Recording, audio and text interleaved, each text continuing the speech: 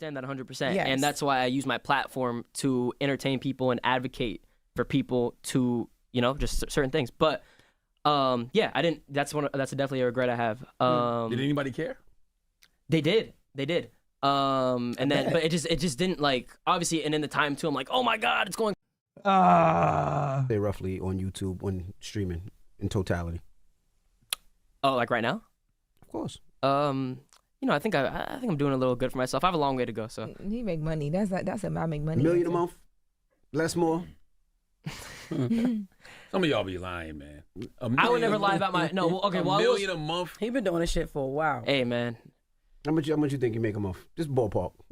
I will just say that some of these deals get crazy, but it's not like bro, niggas are trying to pocket watch too, bro. On Twitter, like they say like 30 mil, 50 mil a year. Like it's none of that, but it's still great. Okay, so you said deals. So a lot of that money that people make are through sponsorships and other. Yes. Okay. That's where the real money comes in at. Yeah. So forget this. If it was no sponsorships, no nothing, and you was just streaming, how much do those people make? And guys, that's why so many streamers are terrified of having certain conversations. Like when Sneeko said that shit about women, about like the transgender shit, and they went crazy. This is what it is, man. Like the sponsorships are they don't. It's either you're gonna have a lot of clout and money, or you're gonna be able to say what you want to say. But you can't have both, right? You can't have super levels of clout and money without being controlled. But if you don't want to be controlled, you're always gonna, hit a ceiling when it comes to your ability to reach people because of being shadow banned, censored, all this shit. But to me, bro, I'd rather make, put it this way, I'd rather make $1 million a year and say what the fuck I want to say than make $20 million a year and always be walking on eggshells anytime a sensitive topic is brought up. That's just me, though. But yeah, they're trying to pocket watch him, obviously. And just so you guys know, the reason why they asked him how much he makes is they want to basically try to probably insinuate like, oh, you made a platform off hating on niggas. It's the people that's just screaming. And trolling. Average. Doesn't have to be you, just the average. So people can understand what it is. At my viewership? Yeah. If I didn't have any deals or anything? Maybe like a few hundred K. And they're also trying to figure out how much streamers make. Okay, but... Okay, a few hundred K if you didn't have any deals is what he's saying. The deals are like the majority. So it's still good. And that is why people can't do and say certain things for a lot of these streamers. But like without the sponsorships and, it took me a while to even get deals and stuff because I was so like hated, rightfully so. He rebranded and it worked out. But I was so hated and stuff. But which I'm happy for that, bro. Like, I don't hate on people for being successful, bro. Like that shit's fucking lame. Like I got enough money. Why the fuck do I got to pocket watch other niggas? Now I'm slowly working to a different path. So brand safety was a thing. They didn't want to be a part of. Oh no one wanted to be a part of anything I did at all. So when did they start wanting? Yeah. So guys, let me just keep it real with y'all. If you're gonna get into politics, anything that's like culturally sensitive, like discussing feminism, if you have like conservative worldviews, kiss a majority of sponsorships goodbye. Be a part of. I think probably these past few months, like maybe like the past like 6 months, it's been a lot different. So what are you getting paid for right now? This hoodie, the drink, what? Oh no, none of this. Okay. Yeah. Shit, sponsor me. Celsius, Spider, shout out to Thug. But yeah, none of this. That's why I wear my own shit, bro. Fuck fashion, bro. Nigga, we wear our own shit over here, okay? We wear our own shit over here. Talking about. Yeah. Jesus. At the time, what's crazy? At the time, I didn't even know what a brain tumor really was. You know what's crazy is my mom's a stage 4 brain cancer. Here we go. Now she's gonna try to guilt him again. See, they're just fucking alley-ooping questions and scenarios to try to attack him. Survivor. Yeah, that's amazing. I went through that in real life. That's amazing. Shout Swing on out. that. Oh, you fake bitch having a brain tumor, and my mom had got it, and I went through that in real life. Bitch, shut the fuck up, bro. This is just victim Olympics, man. Swing on I'm just sitting here like, I don't even think you understand. Like, that is so, I looked up like, what did you say you died for? Or what was the, and then I saw that and my heart dropped. I'm like, man, I experienced that in real life. I'm so sorry I had to deal with that. She's okay. And I'm glad you she's don't gotta okay. be sorry, but that's crazy. I'm so happy you've arrived here. But at the moment, because it was heavily criticized at the moment, in that moment, you didn't realize like, okay, I should get away from the trolling. Like, what was the last straw of I'm done with the crazy trolling? Like I said before, I don't remember what clicked in my head, but something definitely clicked in my head to realize that that's not like the path I want to go on.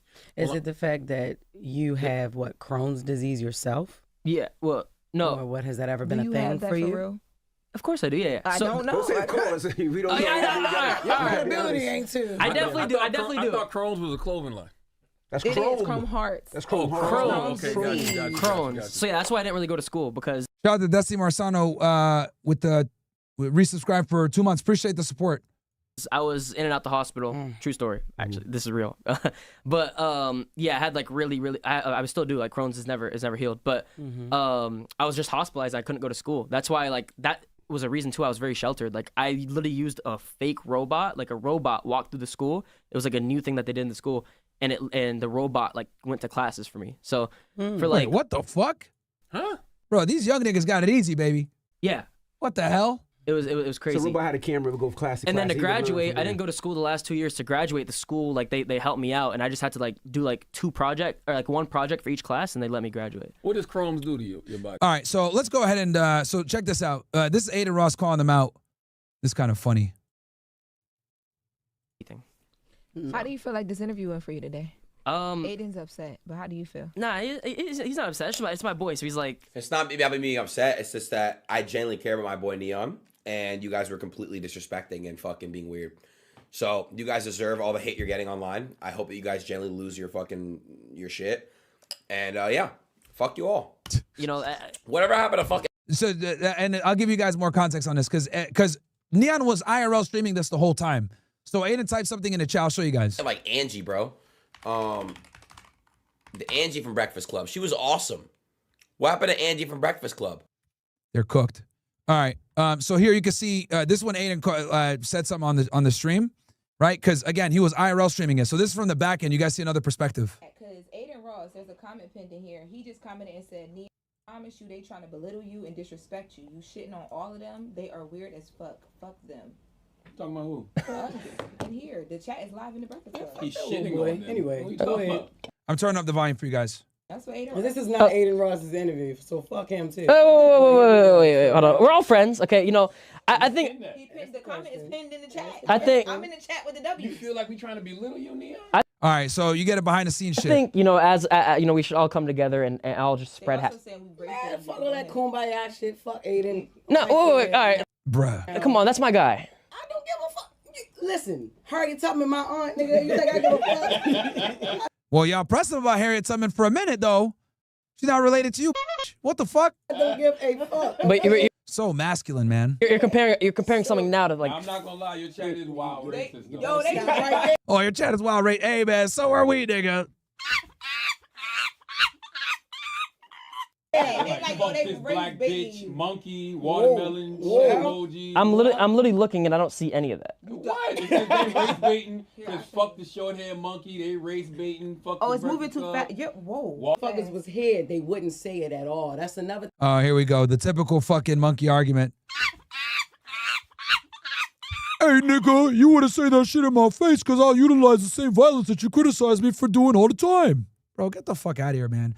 Well, yo, whenever they say that dumb shit, you want to say that shit to my face. Bro, literally that perpetuates the stereotype even more. thing about, you know, that's streaming trolls. and just being behind. You also have to understand this isn't my. This is the internet. This is not just my. Bro, a 20-year-old's got to tell these grown-ass people to not be triggered on the internet. Bro, let that sink in, chat. Bro, a 20-year-old fucking kid needs to tell these grown-ass adults to not get mad at the internet, bro. Fatality. I chat my community, right? This is the internet. The internet, just like me back then, would say whatever they want. Yeah. So this isn't like a representation of me, obviously. But it's funny though because the reality. Bro really is trying to do that rebrand. Is, I know this is a bunch of kids in here who don't know no better. But if we were really assholes, we wouldn't have had you up here. Shut the fuck up, bro. Shut up. Welcome, punch! What a fucking condescending thing to say. Bro, look. Streamers are more relevant than you niggas, bro. Like, yo, what the fuck is wrong with these people, man? Bro, mainstream media is cooked.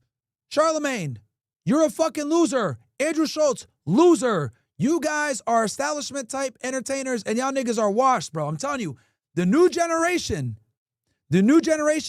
is live streaming and fucking on-demand shit.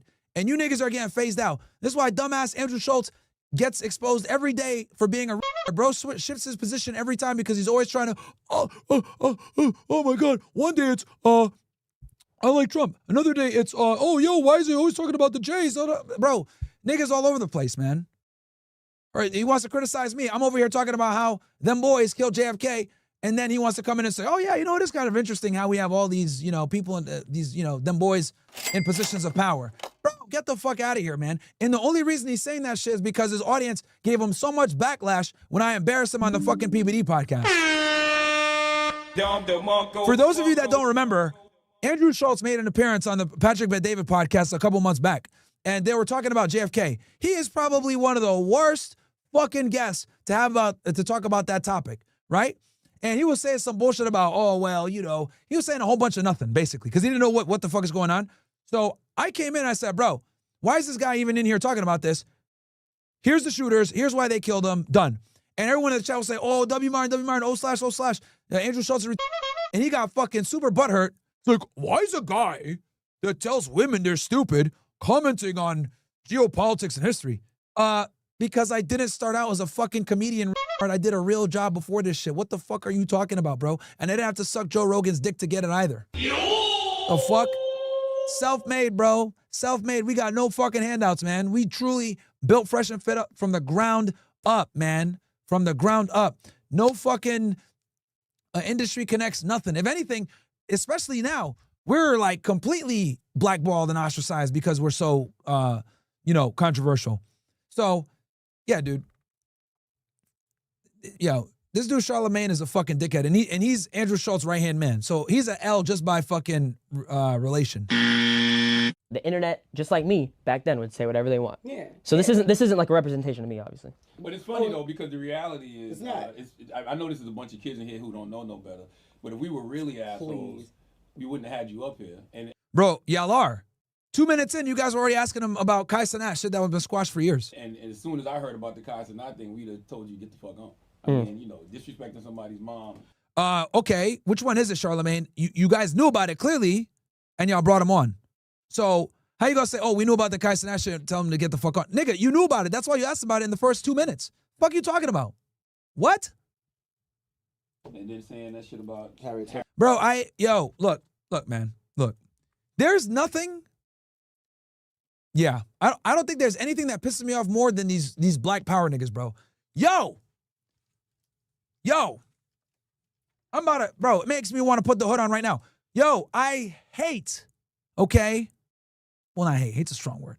But I deeply resent and dislike self-righteous, pro-black, progressive, virtue signaling bitches like these motherfuckers, bro. And this is why mainstream entertainment, mainstream media is so fucking painful, bro. Like, yo, it's like these niggas are pitching Black History Month every day, bro. Like, yo, nobody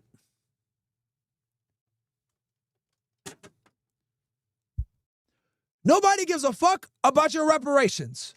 Nobody gives a fuck about systemic racism. Nobody gives a fuck about you niggas constantly crying about being profiled by the cops. Shut up, bro. Shut up. We all have to deal with adversity here, okay? Everybody has to deal with some bullshit. The white man ain't holding you down, man, at some point.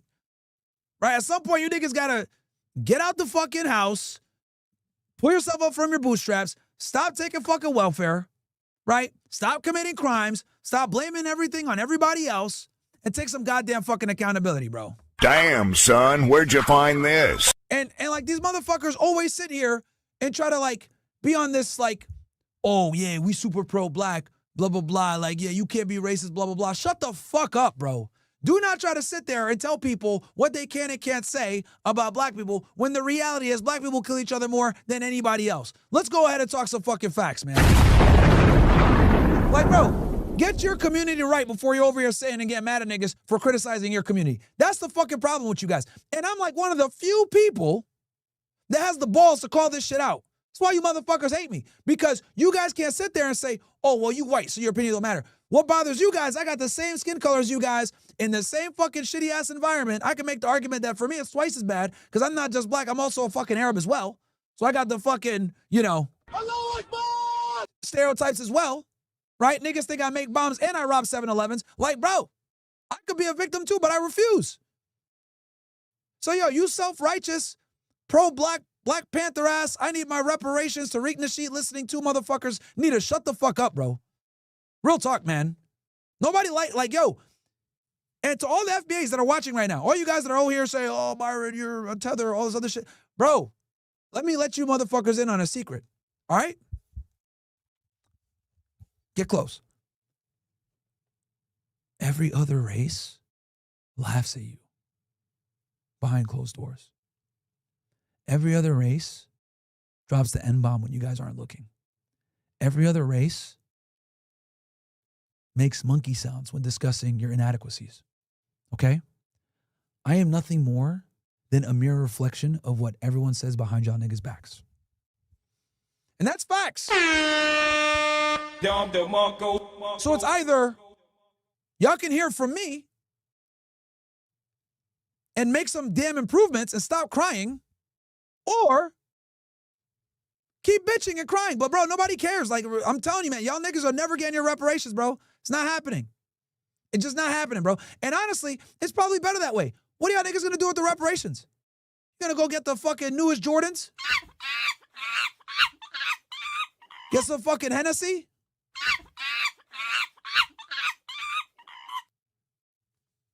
I'm the only one shooting straight with y'all, man. I'm like the only one. Everybody else too scared to tell you motherfuckers this shit. I'm like the only one. You niggas should be thanking me. Instead of saying there, oh, you a tether, you can't speak on our issues. Shut up. Shut the fuck up. Shut up. You niggas need to wake up, and I'm the fucking alarm clock, bro. I'm nothing more than a goddamn mirror telling you guys what everybody else is saying, bro. You can either look at the reflection and say, damn, we need to make some changes, or refuse to look at the fucking reflection and be like, oh, that reflection's not real, even though it is. Bruh. Pretentious pro-black idiots like this dude Charlamagne, bro, you niggas are insufferable, bro. You guys are insufferable. Everything is about race with you motherfuckers, bro. And black people are the biggest crybabies about race, but y'all perpetuate it the most, man. Yo, 2 minutes into this interview, niggas are already pressing them on race issues, bro. Welcome, punch! Holy. Harriet Tubman, if we were really being assholes and really trying to be little you. Nigga made a joke about Harriet Tubman. Nigga, you don't know Harriet Tubman. What the fuck? This nigga acting like it's his auntie or some shit. Hey, man, you can't be talking about Harriet Tubman like that. Shut up, nigga. Bro, this guy Charlamagne will probably get mad if I said Aunt Jemima syrup is disgusting, bro. Like, these niggas are sensitive, bro. These niggas are sensitive. Yeah, I don't like Aunt Jemima syrup. That shit trash. Oh, that's racist. You'd rather have some Quaker Oats, won't you? Actually, yes. Oh, it's because there's a white man on the box. No, it's because it's lower calorie, and I don't want diabetes like all you other niggas. Like, bro, they make everything fucking racist, man. Damn, son, where'd you find this? Fuck, man. The purpose of me showing you guys this interview isn't so much to talk about N3on nearly as much as it's to show you guys that this is the end of mainstream media. All right. I've been saying this since 2024, right? Mainstream media is dead. And the reason why it's dead is because people in mainstream media no longer identify with their audience, right? What do I mean by this? So, in order for this to make sense, you guys got to understand where we came from. So, prior to the explosion of social media in the 2010s, right? I would say it started in 2010, and then it really started to pick up into 2013, and then it really started picking up more in 2015, and then from there, we're off to the races, right? You know, people really started making money on the internet and becoming influencers. Prior, because I know I have a lot of young people here, but some of you guys are going to feel me that are in my age group. I'm 35 years old for frame of reference, and a lot of you guys are right around my age. So prior to the explosion and popularity of social media, you had to deal with what I call establishment entertainers, okay? What do I mean by this? Establishment entertainers are people that are signed to a major record label, Hollywood actors, sitcom people, media personalities in the news, right? There was no such thing as influencer. It was you were either an establishment celebrity or you weren't famous. There was no ifs, ands, or buts. Now, there were alternative methodologies to some of this stuff, right? Like going independent as a music artist used to, kind of started to go on the rise. Independent alternative media like Alex Jones and stuff like that were around, right? Before they grew up to what they are now. But at the end of the day, in the early 2000s, prior to the 2010 era, really, you were only a celebrity if you were an establishment type guy. So with the explosion of social media, what effectively happened was the people that we used to watch on TV turned into people that we watched on a computer live. And people we thought we had a lot to identify with, like, you know, famous people like Will Smith and Sylvester Stallone or whatever, right? You could watch Rocky 2 and empathize with him doing the hard work and training to fight Apollo Creed and winning and all that, the hero's journey. We can empathize with that. But in the back of our mind, we kind of always knew that it wasn't real, right? It's kind of like when you watch wrestling, you know it's not real, but you just enjoy it anyway. Same thing with Hollywood actors. So we kind of coasted on that for a bit. But after the 2010s where social media came in, what ended up happening was you got a bunch of people that are influencers that aren't celebs that are far more relatable to you. And this, my friends, was the beginning of the end for establishment type entertainment. Okay? So it started in the 2010s, progressed into 2013, and then pretty much once 2020 hit and the pandemic hit, that's when it pretty much became a foregone conclusion that influencers are going to be on the path to outpace establishment entertainers. Nowadays, it's very common for music artists to be independent. Nowadays, it's very common for people to get their news from their favorite influencer versus their favorite news channel. Nowadays, people would rather watch streamers, right, like Aiden Ross or Phaser and this other stuff, the young people at least, than watch Cartoon Network. You guys see where I'm going with this? And this really started to explode during the pandemic era. And what ended up happening was social media influencers started to quickly close the gap between themselves and establishment entertainment. Now, it begins in 2013, starts getting some rise. 2020, it's pretty much inevitable that it's going to take over. Then, fast forward to 2024. During the 2024 presidential election, we saw probably one of the best split tests we've ever seen when it comes to the power of establishment media versus the power of social media. And Kamala Harris relied heavily upon establishment type celebrities like Beyonce, Jay-Z, Meg Thee Stallion, etc. Right? It's Taylor Swift, your traditional celebrities.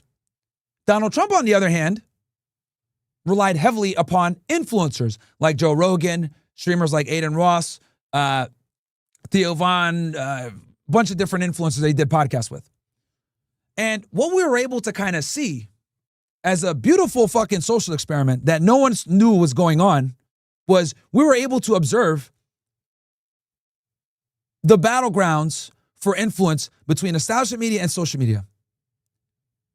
Fast forward to November 2024, and Trump wins in a decisive and landslide victory. And it was at that point, because I was one of the only influencers that pointed this out, and I still talk about it to this day. At that moment, when Trump won the presidency, I knew that social media was the new fucking game. At that point. It went from 2013, right? Social media influencers, establishment, celebrities. As the years passed, the gap started to close. In 2020, they finally met a match. And then 2024, bam, starts to overtake. And the presidential election proved that. Now, I had to give you guys that monologue to establish to you guys why I'm reacting to this interview. This interview perfectly encapsulates the difference between social media influencers and establishment media. And this interview, as you guys can see from the fucking dislike ratio, look at this. 18K dislikes, bro. Versus 5.1K likes. I'm going to give it a dislike too. Right? shows once again and validates my position that streamers and social media influencers are here to stay. Okay? Give me, and that's why I'm reacting to this. Give me ones in the chat if that makes sense. I really want to make sure that monologue resonates with you guys. And if you agree with me, like if you agree with that analysis of where we are from a media landscape perspective, let me know. Yeah, Terry says on Rumble, agree completely. Terry's Trump's interview with Aiden Ross proved it. Yeah. That was the Aiden Ross interview on the low guys was very important, very, very important because Aiden got the youth, so that was huge. That was huge.